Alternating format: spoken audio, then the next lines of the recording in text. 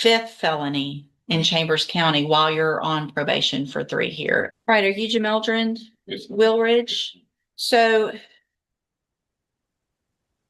we're here.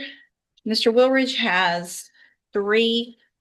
He's on probation in 3 cases: 18-28743, 28744, and 30139. And then there's a new offense, a burglary of a habitation, in cause number 25 DCCR 1804. And there was an agreement that was reached, and he entered a plea of guilty to that burglary of a habitation case. The agreement was for a 10-year deferred probation, restitution to be determined, and that those motions would be dismissed. There was an issue between, obviously, when he pled and now, which required me, I revoked that bond because he was arrested on May 26th in Chambers County for a 3rd-degree felony and a Class B misdemeanor. So obviously that kind of nullified from all of our position where we were with that agreement, Judge. Right. So you know. Okay. So where are we? I mean, I'm going to at this time reject the agreement formally so we can start all over. You guys negotiate whatever y'all want to do. If we need to get more information about that Chambers County case, but obviously I'm not inclined at this point. I see no reason, if those allegations are true, that Mr. Wilbridge would get another opportunity on 3 felony probations with now the new burglary of habitation here. And while literally days after he entered pleas here, went and was at a minimum in a county that he wasn't supposed to be in without permission, and arrested for those offenses. So my thought is, do you have any information on those yet? No, Judge, because when we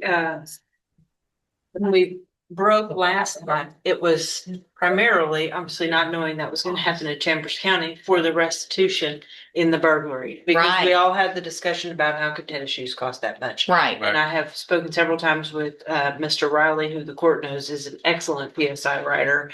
And he assures me, and through an affidavit from the complainant in that case, that that's what the restitution amount is. So I feel like we could ask for that and see if he'll pay it, and so be it.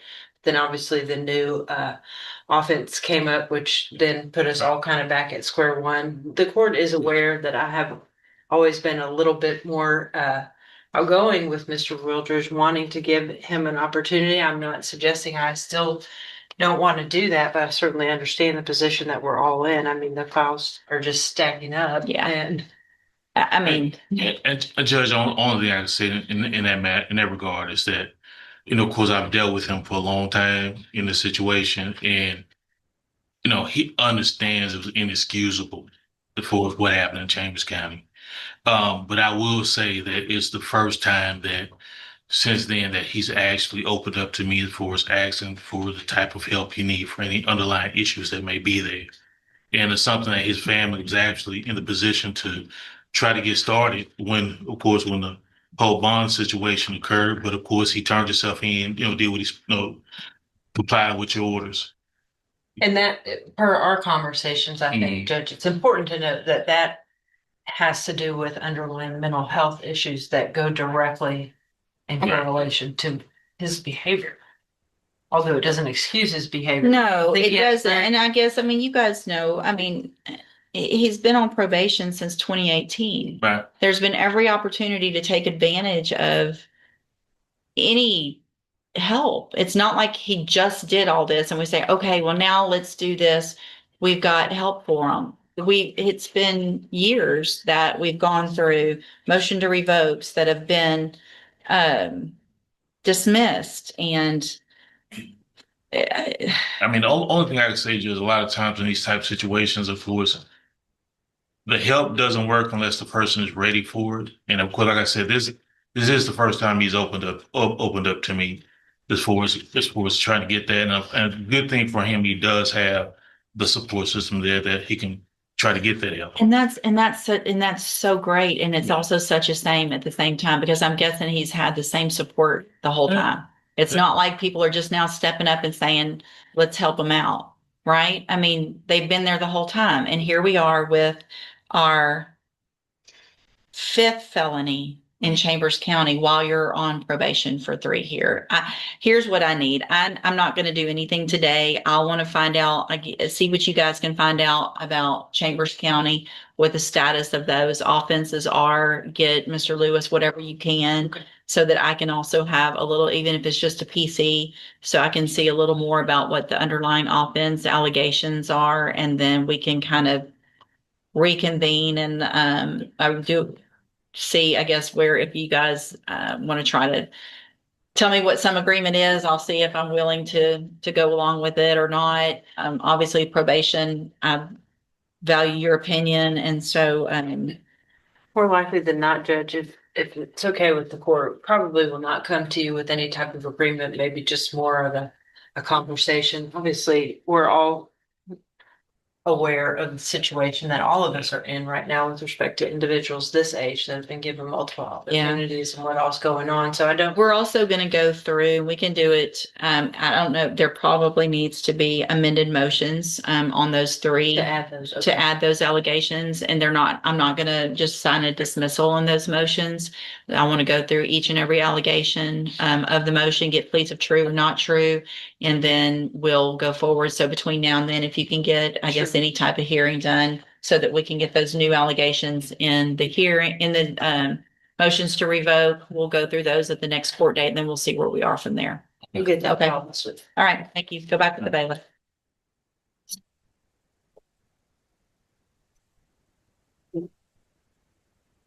Good morning. Are you Quentin Sells? Yeah.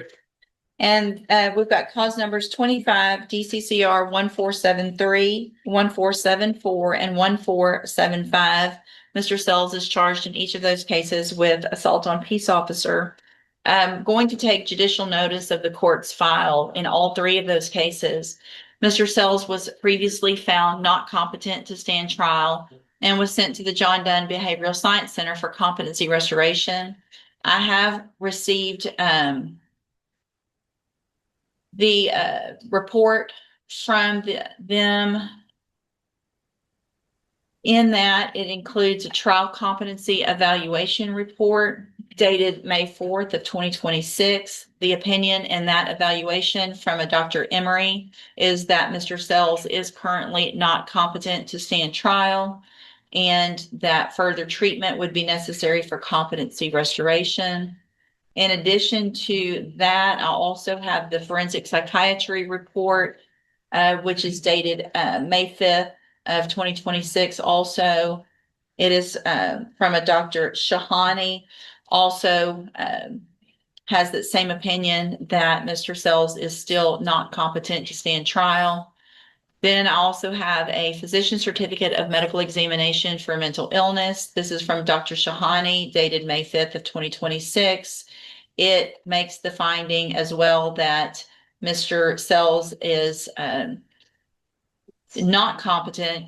It does state that he does not meet the criteria for inpatient, but would meet the criteria for an outpatient commitment for competency restoration, that the nature of his mental illness is severe and persistent, and that without treatment, he would continue to decompose and or deteriorate and not achieve competency.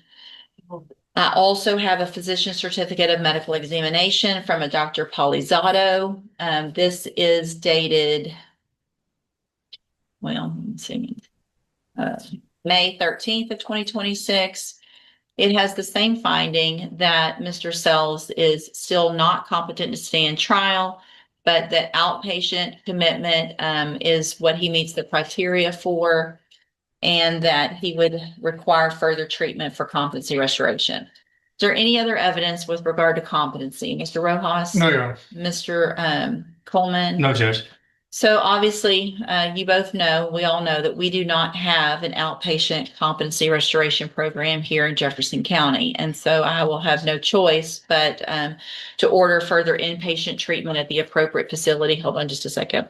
And so I am going to find at this time that Mr. Sells is still not competent to stand trial, that he is mentally ill, and that because of that, it is severe and persistent, and that if not treated, he would experience deterioration, and the inability to function independently, and that treatment would be necessary. I'm going to order treatment at this point in an inpatient facility for a period of not to exceed 1 year under the civil commitment, and that we will await a report at that time. If something occurs before then where competency is restored, then they will let us know immediately. Judge, I would like to say, I'm sorry to interrupt the court, but given the nature of these charges, the next time we are in court, if we are in a similar situation, the state will reconsider a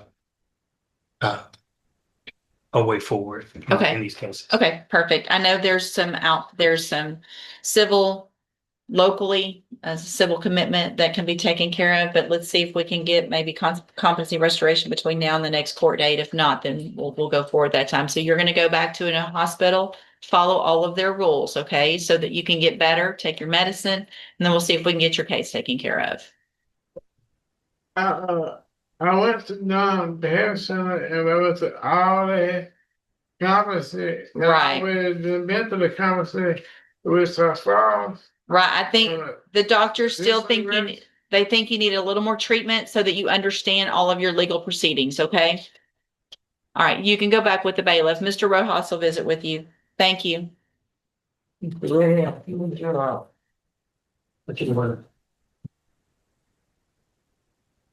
Smith, I don't think there's any expectation of restoration. I think there's more of an issue of. So anyway, take a look at it. Yes, Judge, I think there's another way we can go Okay, with this. I agree. Next time. Johnny Segeda or Segeda? I think it's a good. Johnny Segeda.